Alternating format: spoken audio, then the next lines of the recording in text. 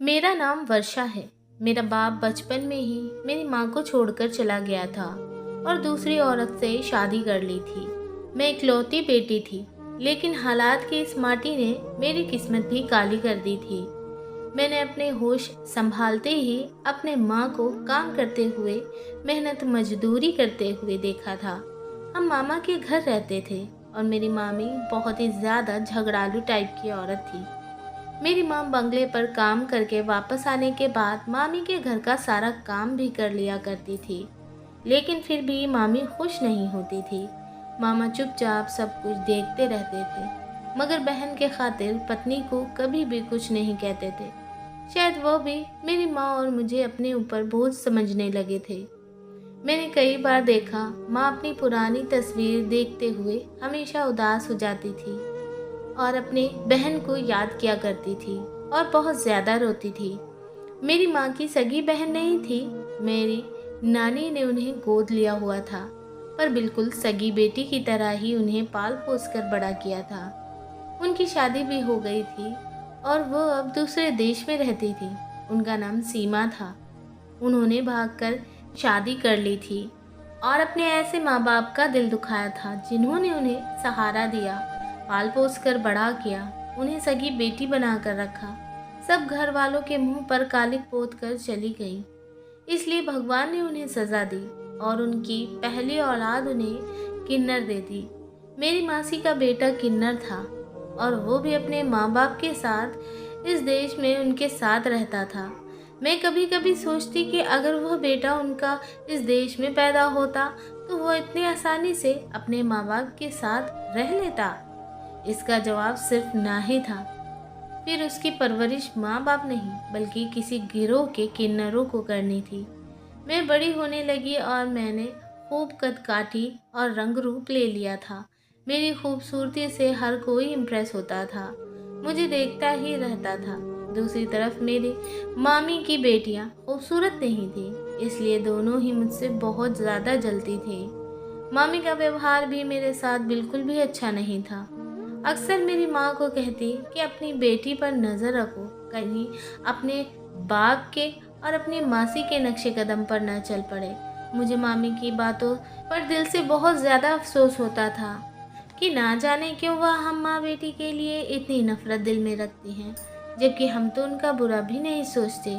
एक दिन मेरी सालगिरह पर मामी की दोनों बेटी मुझसे कहने लगी, आज हम तुम्हें घर से बाहर घुमाने फिराने ले जाएंगे, तुम बस अपनी माँ से अनुमति ले लेना। लेकिन यह बात हमने अपनी माँ को नहीं बताई है, तुम भी अपनी माँ को मत बताना। मैं घूमने फिरने के शौक में उनकी बातों में आ गई और अपनी माँ से झूठ कहा कि ट्यूशन वाली टीचर के घर जा रही हूँ, कल मेरा टेस्ट है और मुझे कुछ भी समझ नहीं आ रहा है। माँ मेरी पढ़ाई लिखाई को लेकर बहुत ज़्यादा सीरियस थी। माँ मुझे अफसर बनाना चाहती थी। वो मेरी पढ़ाई को लेकर हमेशा से ही बहुत चिंतित रहती थी, इसलिए फ़ौरन मान गई। मैं घर से अकेली निकली और मेरे पीछे पीछे मेरी मामी की दोनों बेटियां भी आ गईं। वो मुझे एक बड़े से होटल में लेकर गई और कहा कि तुम्हारा भी अच्छा खाना खाने का और अच्छी ज़िंदगी जीने का हक बनता है। तुम्हारा भी तो मन करता होगा कि बाहर घूमो, इसलिए आज अपनी सालगिरह पर एंजॉय करो। वो दोनों मुझे एक बेंच पर बिठाकर यहाँ से चली गई और मुझसे यह कहकर चली गई थी कि हम लोग खाने का देख कर आते हैं। मुझे वहाँ अकेले डर तो लग रहा था और माँ से झूठ बोलने पर अफसोस भी हो रहा था, लेकिन मैंने सोचा थोड़ी देर की ही तो बात है और फिर घर ही तो चले जाना है। अभी यह सब कुछ सोचते हुए कुछ देर गुजरी थी कि एक लड़का मेरे सामने एक कुर्सी पर बैठ गया। वो मेरी तरफ ही देख रहा था और मुस्कुराते हुए मेरा नाम पूछने लगा, तो मैं बहुत ज़्यादा डर गई और इधर उधर नज़रें दौड़ाने लगी। अपने मामा की बेटियों को तलाश में इधर उधर देख रही थी और वो लोग मुझे कहीं भी दिखाई नहीं दे रहे थे। मुझसे अब और इंतज़ार नहीं हो रहा था। मैं जल्दी जल्दी से खुद ही वहाँ से उठकर घर की तरफ चल दी, क्योंकि अब वहाँ बैठना बिल्कुल भी मुझे ठीक नहीं लग रहा था। मैंने एक रिक्शा पकड़ा और घर की तरफ चल पड़ी। जब मैं घर पहुँची तो मेरे पैरों तले ज़मीन निकल गई, क्योंकि मामा की दोनों बेटियां तो घर पर आ चुकी थी और बाहर आंगन में बैठी थीं। जबकि उस आंगन में मेरी माँ भी बैठी अपना सर पकड़े हुई थी और मामी ने पूरा घर सर पर उठा लिया था। मुझे कुछ गलत होने का एहसास हो चुका था।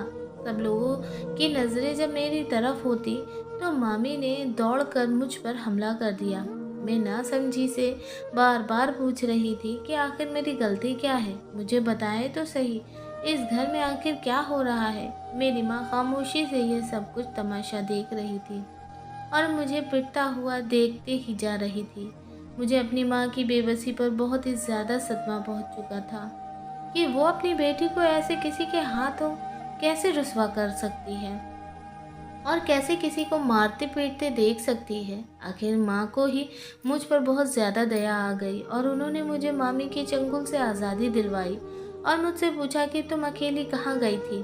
तो मैंने झट से बोल दिया कि मामी आपकी बेटियों के साथ ही घूमने गई थी, जिस पर दोनों साफ मुकर गईं। मैंने कहा कि मैं क्यों इल्ज़ाम लगाऊंगी जबकि हम तीनों साथ में ही गए थे। तो फिर मेरे मामा की बेटियों ने आगे बढ़कर अपना फ़ोन निकालकर सबके सामने खोलकर रख दिया। उस मोबाइल पर नज़र पड़ते ही मेरा तो खून सूख गया। उस फ़ोन में तो उसी लड़के के साथ मेरी तस्वीर मौजूद थी जो होटल में मेरे पास आकर बैठा था और मेरी मामी की लड़कियों ने सबको बताया कि हमारा कोचिंग सेंटर इसी होटल के पास है और वापसी पर ये सब कुछ हमने अपनी आंखों से देखा है। और अब तो मामी ने हम माँ बेटी पर जुल्म के पहाड़ तोड़ डाले थे और मामा भी एक शब्द सुन नहीं रहे थे। मैंने सबको रो रो कर सच्चाई बताने की बहुत ज़्यादा कोशिश की, लेकिन किसी ने मेरी एक भी बात नहीं सुनी, बल्कि मामी ने तो हमें घर से जाने का हुक्म दे डाला था। कब से खामोश बैठी मेरी माँ ने रोते हुए बस इतना ही कहा कि चलो मेरे साथ, अब इस घर में हमारा दाना पानी खत्म हो गया। मैंने माँ के पाँव पड़े और कहा कि यह सब मेरी वजह से ही हुआ है, मुझे किसी अनाथ आश्रम में छोड़कर आ जाओ।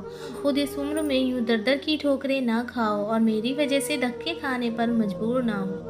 मगर मेरी माँ ने मेरी एक भी नहीं सुनी और मुझे अपने साथ लेकर एक ट्रेन में बैठ गई। हम ना जाने कहाँ जा रहे थे, कोई मंजिल मालूम नहीं थी जिसके बारे में मुझे कुछ भी पता नहीं था। 2 दिन का सफ़र करके हम लोग ट्रेन से उतर गए और टैक्सी में बैठकर काफ़ी महंगे और खूबसूरत इलाके में आ गए। उन 2 दिनों में माँ ने मुझसे कोई भी बात नहीं की थी और बस सफ़र में चुपचाप रही। मुझे अफसोस था कि मेरी माँ को भी मुझ पर विश्वास नहीं था। टैक्सी एक बड़े से गेट पर आकर रुक गई थी। इतना बड़ा और खूबसूरत घर देखकर मेरी तो आंखें फटी की फटी रह गई। माँ ने बेल बजाई तो घर के अंदर दरवाजे के साथ चौकीदार बैठा हुआ था। गेट खोला और हम माँ बेटी घर के अंदर चले गए। अंदर से घर तो बाहर से भी ज़्यादा खूबसूरत था। नौकर हमें अंदर पहुँचाकर बाहर लौट कर आ गया और हम आराम से सोफे पर बैठ गए। कुछ देर बाद एक औरत कमरे में दाखिल हुई। उन्होंने बहुत ही महंगी साड़ी पहनी हुई थी। माँ जो कब से चुप बैठी थी वह उस औरत से हंसकर मिल रही थी और दोनों आपस में यूं मिले जैसे कितनी गहरी रिश्तेदारी निभा रहे थे। माँ ने मेरी तरफ इशारा करके कहा कि ये मेरी बेटी है और वो औरत जल्दी से मेरी तरफ लपकी। मुझे एकदम से गले लगा लिया। माँ ने मुझे बताया कि ये तुम्हारी मासी है और ये अपने देश इंडिया वापस आ गई है। मुझे ये जानकर बहुत ही हैरानी हुई और साथ ही ये भी सोचने लगी कि माँ को मौसी का पता कैसे चला।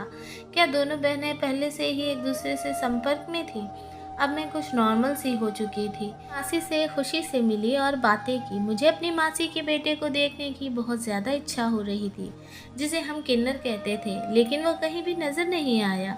कुछ देर के बाद हमने ज़िंदगी का सबसे टेस्टी खाना खाया। मासी ने हम माँ बेटी को अपना कमरा दिखाया। मैं तो नर्म गुदगुदा बिस्तर देखते ही सब कुछ भूल गई और उस पर लेटते ही चैन की नींद सो गई। मगर उस रात आधी रात को माँ ने मुझे जगा दिया और कुछ ऐसा कहा कि मेरी आंखें फटी की फटी रह गईं। माँ ने मुझसे कहा कि वो जल्द ही मेरी शादी मासी के बेटे से करना चाहती हैं। माँ ने मुझसे कहा कि तुमने मेरा विश्वास तोड़ा है। मैंने माँ से कहा कि नहीं माँ, मैंने आपका विश्वास नहीं तोड़ा, बल्कि आपने मेरा विश्वास नहीं किया। कम से कम अपनी बेटी पर तो विश्वास कर लेती। और मैं आपको इस चीज़ का विश्वास दिलाती रही कि मामी की बेटियाँ झूठ बोल रही हैं। वो मुझे खुद ही वहाँ पर चलने के लिए बोल रही थी और वो खुद ही मुझे वहाँ पर लेकर चली गई थी और वो लड़के से मेरा कोई भी लेना देना नहीं था। वो दोनों मुझे टेबल पर बिठाकर घर आ गई और वो लड़का कुछ ही देर के लिए मेरे पास आकर बैठ गया था। मैं अपनी माँ को विश्वास दिला रही थी, लेकिन मेरी माँ को गुस्सा आ गया और मैंने भी कह दिया, आपने भी तो झूठ का सहारा लेकर रखा हुआ है, आपने भी तो झूठ बोला है सबसे, आप चोरी छुपे मासी से मिलने आती रहती हो। मेरा इतना कहना था कि मेरी माँ का हाथ मुझ पर उड़ गया। मुझे ऐसा लग रहा था कि मेरी माँ ही नहीं है जिसे मैं जानती हूँ। ऐसा लग रहा था जैसे किसी और के कंट्रोल में है। फिर मैंने कहा कि आपको मेरी शादी करनी है तो कर दो, मगर मुझ पर इस तरह इल्ज़ाम तो मत लगाएं। अपने भाई और उनकी झूठी मक्कार बेटियों की बातों में आकर मुझ पर कीचड़ तो मत उछालो। तब मेरी माँ ने मेरे सामने शर्त रखकर मेरे सर पर सातों आसमान ही गिरा डाले और कहा कि अगर तुम सीमा के बेटे से शादी कर लो तो मैं तुम्हें माफ़ कर दूंगी, वरना मैं तुम्हें ज़िंदगी भर माफ़ नहीं करूंगी। जाहिर सी बात है कि वो किन्नर था और मैं उससे शादी कैसे कर सकती थी। मैंने फ़ौरन अपनी माँ की बात से इनकार कर दिया तो उन्होंने खुलकर कहा कि तो भी मैं तुम्हारी शादी सीमा के बेटे से कराने वाली थी। तुम्हारे दिल में माँ के लिए ज़रा सी भी हमदर्दी है तो तुम्हें ये शादी करनी ही होगी, नहीं तो तुम अपनी माँ का मरा हुआ मुँह देखोगी। अपनी माँ की संगदिली पर मुझे बहुत ज़्यादा अफसोस होने लगा था। उसके सिवा कोई दूसरा रास्ता भी नहीं था। मैं मान गई। अगले ही दिन सीमा मासी को यह खबर सुनाई कि मैं शादी के लिए मान गई हूँ। वे खुश हो गई और मेरे सदके वारने लगी, लेकिन मुझे कहीं ना कहीं ऐसा लग रहा था जैसे मासी शादी से खुश नहीं है। लेकिन खुश तो मैं भी नहीं थी और मुझे दिल से वो बेटी मान रही थी। कुछ देर बाद माँ और मासी उठकर अंदर की तरफ चली गईं, जबकि मैं वहीं पर बैठी रही। लेकिन मैं ज़्यादा देर तक वहाँ पर नहीं बैठी और उठकर उन्हें ढूंढने लगी। मुझे कुछ तो गड़बड़ लग रही थी। इतने बड़े घर में ढूंढना भी मुश्किल था, मगर ढूंढते हुए मुझे कमरे में खटपट की आवाज़ आ रही थी। मैंने दरवाजे को हल्का सा झाँक कर देखा तो मेरी मासी जेवर लेकर खड़ी थी। मेरी माँ का चेहरा खुशी से तमतमा रहा था। मुझे समझ आया कि मासी ने मेरी माँ को पैसे का लालच देकर अपने किन्नर बेटे के लिए मेरा सौदा कर लिया था और माँ मेरी शादी करवा रही थी। मगर अफसोस तो मुझे अपनी सगी माँ पर था जिसने मेरे साथ इतना बड़ा धोखा किया था। मैं वहीं से चुपचाप लौट कर आ गई। जब माँ मेरे पास आई तो मैंने भी मुंह मोड़ लिया। मैंने माँ को कहा कि आपका सच मैं देख चुकी हूँ, आप मेरा सौदा कर चुकी हैं। तब मेरी माँ अपने दुखड़े सुनाना शुरू करने लगी। कहने लगी, सीमा बहुत ही अमीर है, हमारे पास बचा ही क्या है। इन पैसों से हम घर खरीदेंगे जो हम दोनों का एक मजबूत ठिकाना होगा, और फिर तुम भी शादी करने के बाद अपने पति को अपनी मुट्ठी में कर लेना और ये सारा सब कुछ अपने नाम पर करवा लेना। बाद में जहाँ चाहो वहाँ पर अपने पसंद से शादी कर लेना। मैंने साफ साफ कहा कि माँ, ये सब कुछ धोखा है जो आप कर सकती हैं, लेकिन मैं नहीं। माँ ने मुझे जवाब दिया कि इस दुनिया ने भी तो हमारे साथ धोखा ही किया है, बदले में हम भी उन्हें धोखा वापस लौटा रहे हैं। सीमा मेरे मंगेतर के साथ भाग गई थी और उसने शादी कर ली थी। मेरे माँ बाप ने सीमा को सगी बेटी की तरह पाला था और उसने मेरे ही सुहाग पर डाका डाल दिया था और मेरे मंगेतर से शादी कर ली। मेरे माँ बाप इस सदमे से टूट गए थे। मेरी माँ तो इस समय बिस्तर से जा लगी थी और भगवान को प्यारी भी हो गई। आज सीमा के पास जो कुछ भी है वो सब कुछ मेरा होने वाला था। बाद में तुम्हारे बाप ने भी यही किया। एक भाई का सहारा था, उसने भी कभी हमारा साथ नहीं दिया। अब जिंदगी हमें एक सुनहरा मौका दे रही है तो उसे भी पाप पुण्य के चक्कर में खो बैठे। मैंने माँ से कहा कि माँ, मैं मानती हूँ कि इन सब लोगों ने हमारे साथ बहुत गलत किया है, लेकिन अगर हम भी ऐसा ही किए तो उसके बाद उनमें और हम में क्या अंतर रह जाएगा। लेकिन मेरी माँ मेरी कोई भी बात सुनने को बिल्कुल तैयार नहीं थी। उस रात माँ मुझे वहीं पर अकेला छोड़कर चली गई। सुबह उठने पर सीमा मासी का व्यवहार भी बदल चुका था, क्योंकि उन्होंने मेरी कीमत चुकाती थी। अब मैं एक तरह से उनकी गुलाम बन चुकी थी। सीमा मासी ने मुझसे कहा कि मेरी शादी अपने बेटे से करवाएंगी। इस शादी के लिए मैं बिल्कुल भी दिल से राज़ी नहीं थी, मगर मेरी माँ के लालच ने मुझे चुप रहने पर मजबूर कर दिया था और उसी दिन सुबह ही बहुत ही सादगी के साथ मेरी शादी साहिल से हो गई। कोई भी मेहमान शामिल नहीं हुआ था और पता नहीं मेरी माँ भी कहीं चली गई थी। माँ के लालच ने मुझ पर बहुत ही बुरा असर डाल दिया था। मुझे दिल से बहुत ज़्यादा दुख हो रहा था। रात होते ही मुझे मेरे पति के कमरे में पहुंचा दिया गया, जहां मैं पहले कभी भी नहीं आई थी। मगर अब मुझे इस कमरे में ना जाने कितनी ज़िंदगी गुजारनी पड़ेगी। मुझे अपनी मासी की चालाकी पर गुस्सा आया। कैसे पहले उसने मेरे माँ के हक पर डाका डाला और अब उन्होंने अपने किन्नर बेटे के लिए मेरा सौदा भी कर लिया।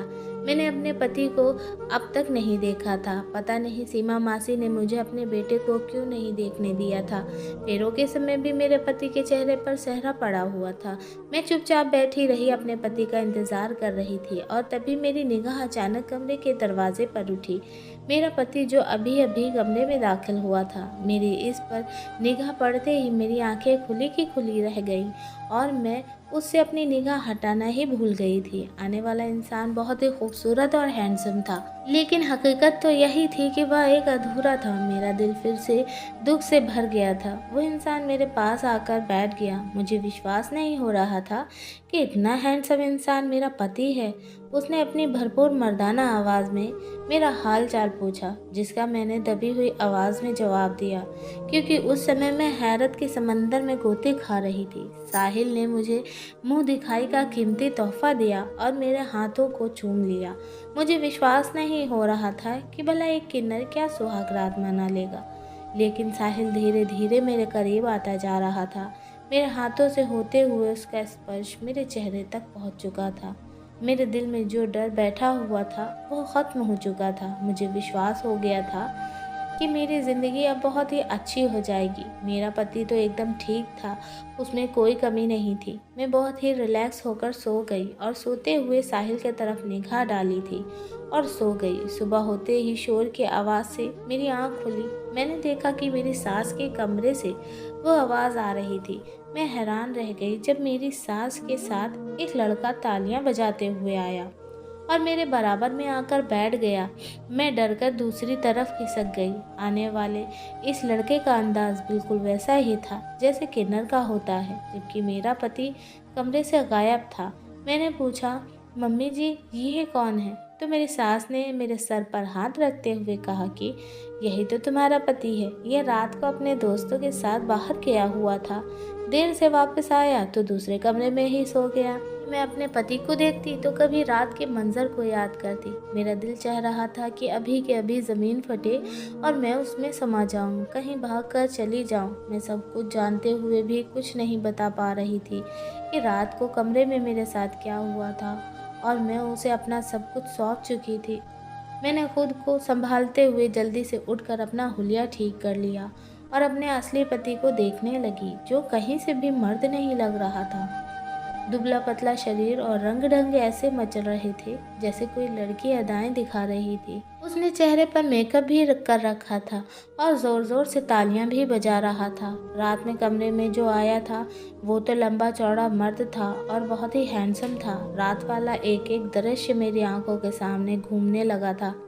अचानक ही मेरे हाथ अपने होठों की तरफ चले गए, जहां उस रात वाले लड़के ने अपने प्यार की मोहर अभी वहीं पर लगाई हुई थी। मेरी आंखों से दो आंसू गिर गए, मगर क्या करती, मैं चुप हो गई। मेरे पति को मेरी बिल्कुल भी परवाह नहीं थी। वह तो बस अपने ही शौक में घूम रहा था और मुझसे बहुत ही कम बात करता था। मैंने भी भगवान का सोचा कि चलो बहुत अच्छा है कि वो मुझसे कम मिलता है और अपनी ही दुनिया में बिजी रहता है। कुछ समय बाद मेरे किन्नर पति ने वापस जाने का फैसला कर लिया। मेरी सास मुझे भी मेरे पति के साथ भेजना चाहती थी, लेकिन अभी मेरे पेपर तैयार नहीं थे और मेरा भी जाने का कोई इरादा नहीं था। मैं तो खुश थी। अच्छा होगा कि ये यहाँ से चला जाए। बार बार मुझे अपनी नज़रों के सामने देखकर उसे घिन आने लगी थी और फिर कुछ समय के बाद वो चला गया। अभी इतने बड़े घर में मैं और मेरी सास अकेले रहते थे। घर में पड़े पड़े मैं क्या करती, अपनी सास के साथ उनके काम में हाथ बटाने लग गई थी। सबसे पहले तो मैंने किचन की जिम्मेदारी अपने सर पर ले ली। मैं रोज़ रोज़ नए नए खाने बनाती। मेरी सास अब मुझसे बहुत खुश रहती। मैं अपनी सास के साथ बाहर भी जाने लगी थी। मेरी ज़िंदगी में अब कोई भी कमी नहीं बची थी, सिवाय सच्चे प्यार के और एक हमसफ़र के। कभी कभी मुझे उस लड़के की बहुत याद आती थी जो उस रात मेरे कमरे में आया था और मेरा सब कुछ छीन कर ले गया था, मेरा चैन, सुकून, सब कुछ। मगर उसके बाद मुझे कहीं नहीं दिखाई दिया।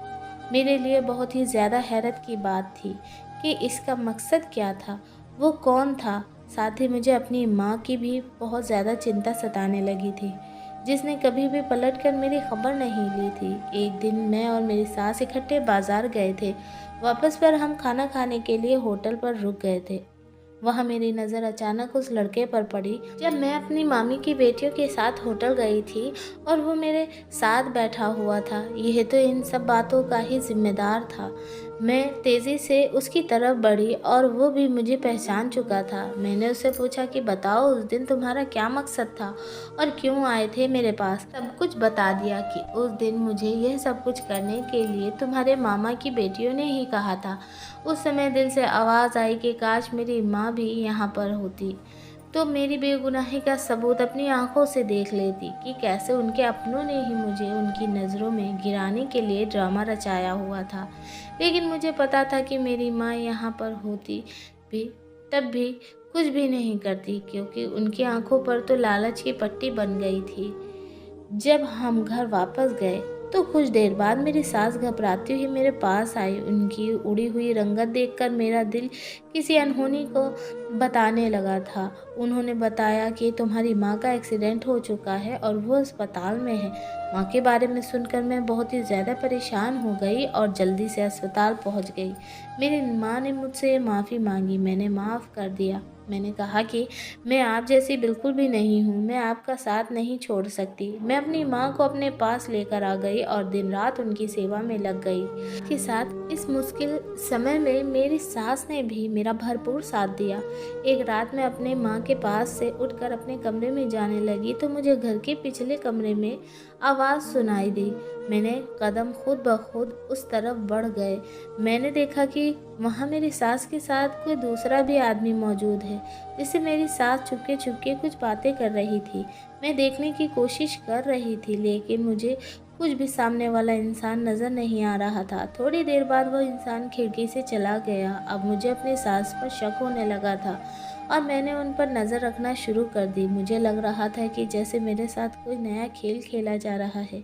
अगले ही दिन से मैंने अपनी सास पर पूरी नज़र रखना शुरू कर दी और फिर उसी जगह पर आधी रात को अपनी सास को जाते हुए देखा तो मैं भी पीछे पीछे चली गई और इस इंसान पर मेरी नज़र पड़ी तो मेरी आंखें फटी की फटी रह गईं। वो कोई और नहीं बल्कि वही लड़का था जो शादी की पहली रात मेरे कमरे में आया था। इसका मतलब मेरी सास इस लड़के को पहले से ही जानती थी और मेरे साथ धोखा कर रही थी। हालांकि मैंने उन्हें अपनी माँ जैसा समझा था और दिन रात उनकी सेवा में लगी रही थी। मैंने अगले ही दिन अपनी माँ को सब कुछ बता दिया। मेरी माँ को इस सारे मामले में कुछ भी नहीं पता था। मैंने अपनी माँ को बताया कि तुम्हारी लालच ने हमें इन हालातों में लाकर फेंक दिया है कि मेरी ज़िंदगी बर्बाद हो गई है। ज़रूर मेरी सास का इरादा होगा कि उनका किन्नर बेटा तो औलाद पैदा नहीं कर सकता, तो उन्होंने शादी की पहली रात मेरे कमरे में किसी और को भेज दिया था ताकि उन्हें उनके ख़ानदान का चश्म चिराग मिल सके। मेरी आंखों से आंसू बह रहे थे, मगर अब मैं चुप नहीं बैठने वाली थी। मैं यह हकीकत सबके सामने लेकर भी आऊँगी। मैं उसी कमरे में जाकर बैठ गई जिस कमरे में वह लड़का और मेरी सास मिला करते थे। अभी मुझे बैठे हुए कुछ ही देर हुई थी कि दरवाज़ा खुला और वह लड़का अंदर आया।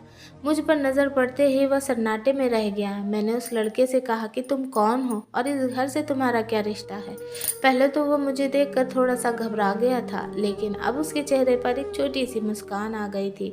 वो धीरे धीरे कदम उठाता हुआ मेरी तरफ बढ़ता जा रहा था और मेरे पास आते ही उसने मुझे अपनी बाहों में भर लिया। मैंने धीरे से धक्का दिया। मैंने कहा कि उस रात तो तुमने धोखे से मेरा फ़ायदा उठाया था, लेकिन आज तुम ऐसा कुछ भी नहीं करोगे। अगर तुमने मुझे हाथ लगाने की भी कोशिश की ना, तो मैं तुम्हारी जान ले लूँगी। अभी शब्द मेरे मुंह में ही थे कि उसने मेरे होठों पर अपना हाथ रख दिया, फिर कहा कि बस अब खामोश हो जाओ। जान तो तुम मेरी हो, क्योंकि मैं तुमसे बहुत ज़्यादा मोहब्बत करता हूँ। तुम ही मेरी जान हो। तुम्हारे बिना रहने के बारे में मैं सोच भी नहीं सकता हूँ। मैं भी उसकी बाहों में आकर मदहोश होने लगी थी, लेकिन अगले ही पल मैंने खुद को संभाल लिया। वह मेरा पति नहीं था, कोई गैर मर्द था। फिर भला मैं उसकी बाहों में और उसके बारे में ये सब कुछ कैसे सोच सकती थी। मैंने उसे धक्का देकर अपने से दूर कर दिया। मेरी आंखों से आंसू लगातार बहे जा रहे थे। मैंने रोते हुए कहा, क्यों मेरी ज़िंदगी में चले आए हो? क्यों मेरे ज़ख्म हरे करते जा रहे हो? उस दिन शादी की पहली रात आकर तुमने मुझे ना जाने कितने सपने दिखाए और मैं भी कितना खुश थी कि मेरी ज़िंदगी कितनी खूबसूरत और हसीन हो गई है, जो मुझे इतना प्यार करने वाला और हैंडसम पति मिला है। लेकिन मुझे क्या पता था कि मेरी ज़िंदगी तो नर्क बनने वाली है। मेरी ज़िंदगी में तो पति का प्यार नहीं है, बस मेरी ज़िंदगी ऐसे ही गुजरने वाली है। इस पर वो जल्दी से आगे बढ़कर कहने लगा, तुम्हारे आंसू देखकर मुझे बहुत ही ज़्यादा दुख होता है। मेरे दिल को और मत दुखाओ, मुझे ज़्यादा तकलीफ़ मत दो। मैंने चीख मार कर कहा, तो बताओ तुम कौन हो, तुम्हारा क्या रिश्ता है, तुम इस घर में क्यों आते हो और इस घर से क्या लेना देना है। उसने जवाब दिया कि जिसे तुम सीमा मासी कहती हो, उनका ही बेटा हूँ। मुझे उसकी बात पर विश्वास नहीं हुआ, क्योंकि मेरी सास का तो एक ही बेटा था और वो जो कि किन्नर था और बदनसीबी से मेरा पति भी था।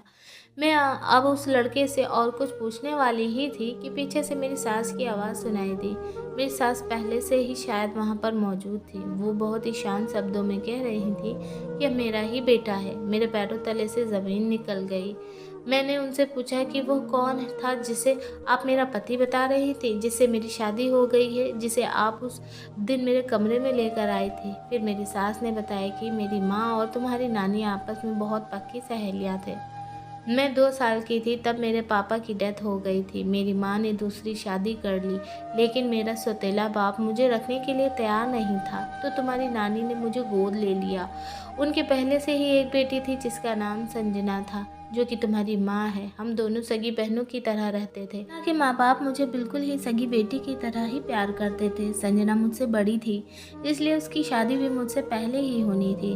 तुम्हारे नाना नानी ने संजना का रिश्ता तय कर दिया था, लेकिन जब संजना के मंगेतर ने मुझे देखा तो वो मुझे पसंद कर बैठा। उसने अगले ही दिन यह कहलवा भेजा कि मैं आपकी छोटी बेटी से शादी करना चाहता हूँ, आपकी बड़ी बेटी से नहीं। ये सब सुनते ही सब घर वाले मेरे खिलाफ हो गए थे। सबको लग रहा था कि मैंने ही संजना के मंगेतर को बहकाया है। सगा सगा होता है। सब लोग संजना के साथ थे और सब लोगों को मुझसे नफरत होने लगी थी।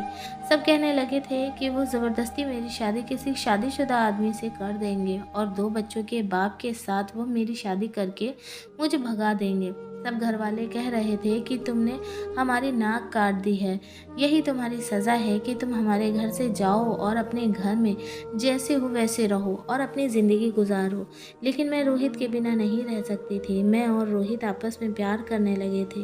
रोहित ने फैसला किया कि हम भागकर शादी करेंगे और इसी तरह मेरी और रोहित की शादी भागकर हो गई थी। कुछ समय तक लोग हमसे नाराज़ रहे थे, लेकिन फिर धीरे धीरे आना जाना शुरू हो गया था। जब मेरा पहला बच्चा होने वाला था तो संजना मेरे घर पर रहने के लिए आई हुई थी, लेकिन उसने सब घर और ख़ानदान में यह मशहूर कर दिया था कि मेरा बेटा एक किन्नर है। हर कोई यही समझता था कि मेरा बेटा किन्नर है।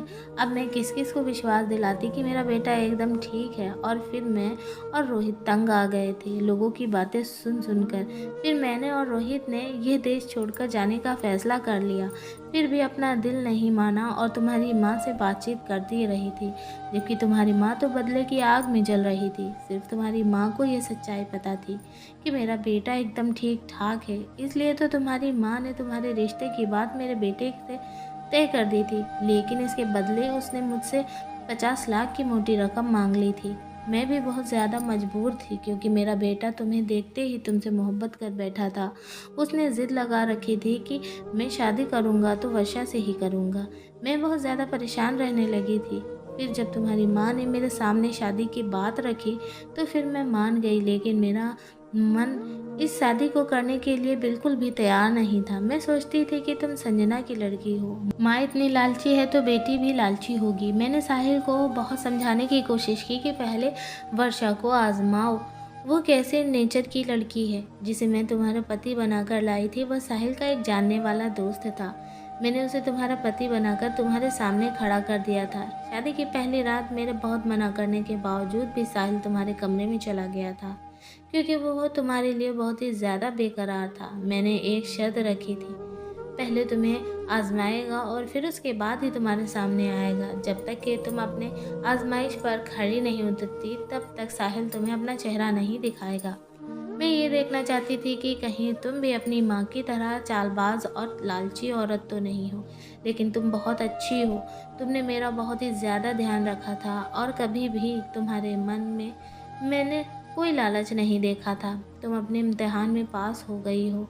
उन लोगों की बातों के साथ ही साथ मेरी आंखों से आंसू भी बह रहे थे। मुझे अपनी किस्मत पर विश्वास नहीं हो रहा था कि मेरी किस्मत इतनी भी अच्छी हो सकती है। मेरे पति और मेरे सास ने मुझसे माफ़ी मांग ली थी।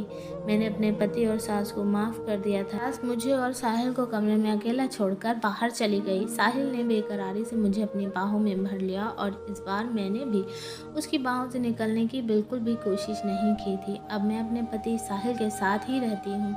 दुनिया हमारी जोड़ी को सराहती है। कुछ समय के बाद मेरी माँ इस दुनिया से चली गई थी। मुझे खुशी इस बात की थी कि जाते जाते उन्हें अपनी गलती को सुधारने का और अपने पाप की माफ़ी मांगने का मौका इस दुनिया में ही मिल गया था। उन्होंने मेरी सास से माफ़ी मांग ली थी और मेरी सास ने भी उन्हें खुले दिल से माफ़ कर दिया था। दोस्तों, कैसी लगी आपको ये कहानी हमें कमेंट में ज़रूर लिख दीजिएगा। वीडियो को लाइक, चैनल को सब्सक्राइब और पास वाले बेल आइकन को प्रेस करके ऑल ज़रूर कर लीजिएगा। हम आपको मिलेंगे एक और ऐसी बेहतरीन वीडियो में। तब तक के लिए नमस्कार। आपका दिन शुभ।